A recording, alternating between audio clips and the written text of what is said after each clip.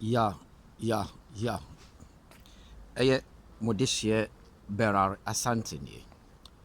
Onua no n'adɔfo minim sɛ ade akyeɛ ɛnɛ yɛ Tuesday. Mebɛka asɛm bi ɛwɔ man Ghana mu. Ama yɛn nyinaa sɛ wo a wobɛnya video wei gyina hɔ. Issue a medress no. Medress ama na nipa ate ne ho ase. Hwɛ Numba ɔne Kwadwo Ampɔn nsɛm no. Maa hunu sɛ Ghana man a yɛtim no nɔkorɛ ɛni Ghana.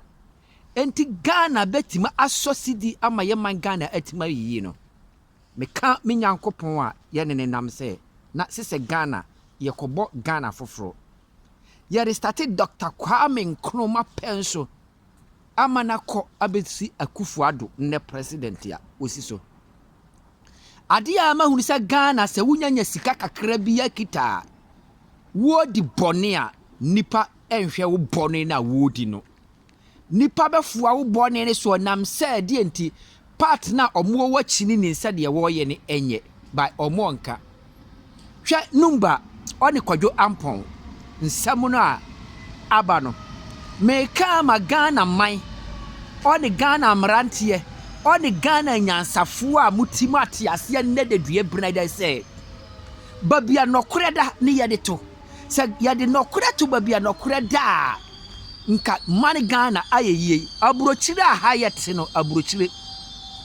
Wɔntimi nkɔfom nka sɛ mewɔ billions nti mede me sika ɛka.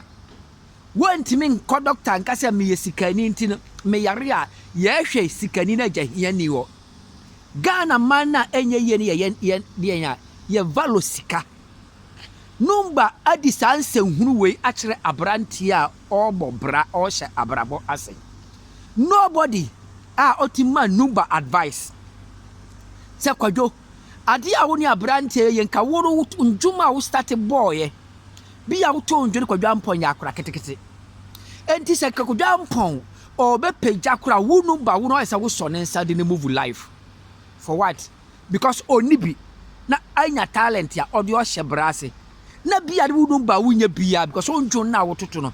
Ɛyɛ Ernest Champon ne pagya wo Numba ba wo wie wo ma Ernest Champon no kora bɛyɛ nipa bɔne. Let me tell you for you. Me suro asɛ na meka no. Na Numba onya bia ase de Ghana fo mo asosɔ no so amana boro so no. Numba sika onya sika no oye bia kora ɔde ogunu botom. Momfa no kranto wa bia no kore ɛda. Abrantia Champon no otiti ne mo wure ne osfrageye. Na nya adoma kyere o ma na nya biri pagya no osfrageye ne anya ne kakra. Nti ndwo na ɔtwereye no. Se Numba a legend wo Ghana ne wo gyi ne Numba diri sine wiase nipa nyina. O yɛ nka ne twere ndwo no ma Kwadwo Ampɔn ɛbɛfa. Na nka aka kyere se akora na yɛ aniabɔ ho. Anya akora no na ɔno abɛtwere ndwom na wo abɛfa ndwom no. Ɔde ndwo na bɛ help wa yare na ɔmmɔbɔ ndwom ɛmfa help wa wia o masena fa ne sika aka ho. What do me? Asɛ na aba mo nka no kore de ewom. Wa wie asɛ na bɛ insult na didi natem. Bika the word of fun a mote fun ase. Sɛ uni men ndwom twere na wo intelligent ya. Wo bɛhu sɛ Numba ndwom na ɔkae no. Ai kyɛ sɛ ama Kwadwo Ampɔn enye nipa kora nipa hia na nka all respect no.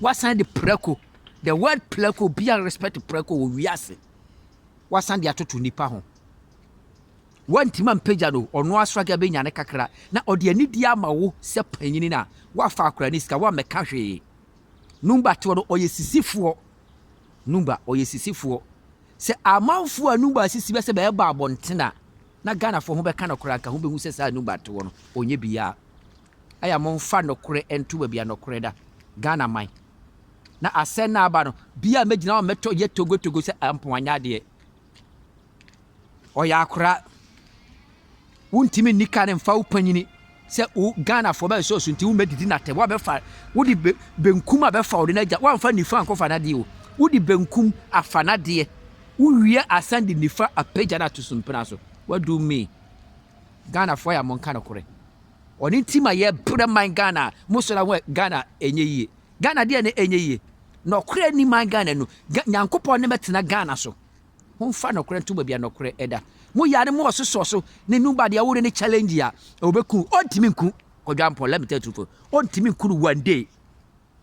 On timi nkunu. Momma hom bi ma yese bi nia obo no soro kura no. Satan antini na antena Satan oto no. Dia ntima anku Satan. Ana numba do wiase tumi nyina kura no. Tumi na ankoje amfiri baabi. Ni hani se jeje betima wu asase we so. Aya anane yare a oyare se owo tumi saa nka obetima yare. Mo so so sense baabi anokore da mo fa nokore ento. Na numba de what do me for numba de bo wiase. Abranti aketu abre abranti was struggle won life na o peja wuru nkapanyi na wadika no wuru peja no o tuma meka Ghana mu di nsem hunu Ghana nyansa ni Ghana no mento sabe Ghana nyansa ni Ghana from A to Z nka wa wanya bi nu peja de o hyase Ghana saade ni tima mani ntimi nkoso no wo peja ni nipa okonde wo because all ma wo ne nya peda Oma one ne nya peda. Wa fa abrantie ni sika obeka ye rekra respect. Kwa dwomi nya sika ni na ma bi age part kakra se. Nka abrantie no ya obeka se bi di ya uni madekro. Ya bi ka se bi odi ya unu mu a. Ya okunipa. Ya se wa brabo. Ya ma wa brabo nyina ekofom. Mesromo mun chance hunu na mo ka numba de no. Ampon no. Se ne numba do onye bia no sa ne na ampon so enye bia nti se numba nya bia na atima be bia ampon betima yese ne muhunu numba do. Let me tell you truth for you today. Me kana kura kire mo Ghana man mudi se hunu no motema ne too much. Ghana beye ya se sikani kasa hiani nkasa. Who are you? Se sikani kasa hiani ntimi nkasa. Ya babro chari ye ni sikani ni hiani. Me ka kire mo mo ma bra bone na e mo so no emfiri mo so na mo fa bia nokore to nokore da no mo fa nto ne Ghana ne entimi pagya ne Ghana nsesa number starting no ma we nye anye ne bia nka we are a legend. Who is legend? Who is the legend? Legend ne de wo buo bia ma na pagya legend ne de wo so nipa mu edine to adamo o se kwam despite te wo no what is be orca o pagya nipa Beka des legend o se kwam nka be legend. What is about se kwam akodi despite akodi biskada. Anya hiafo no pagya be yesikani. Na wo de hiani no o pagya wo ma du sika. Hiani wa esi ama ayo se nkrofo ndwuma wo ma afa. Oya masa homa nokura bia nokura dan enna. Na muja anse na mo kana. Ase na abar mo fa nokura to na entimi entwape. Anya se na ebe ye beef. Ne Ghana for mo fu abone so no.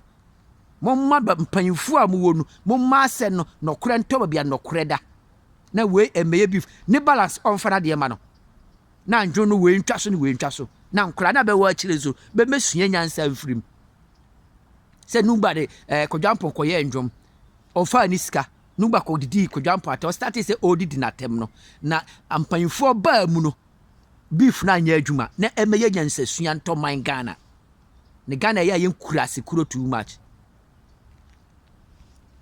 No credit my cash on.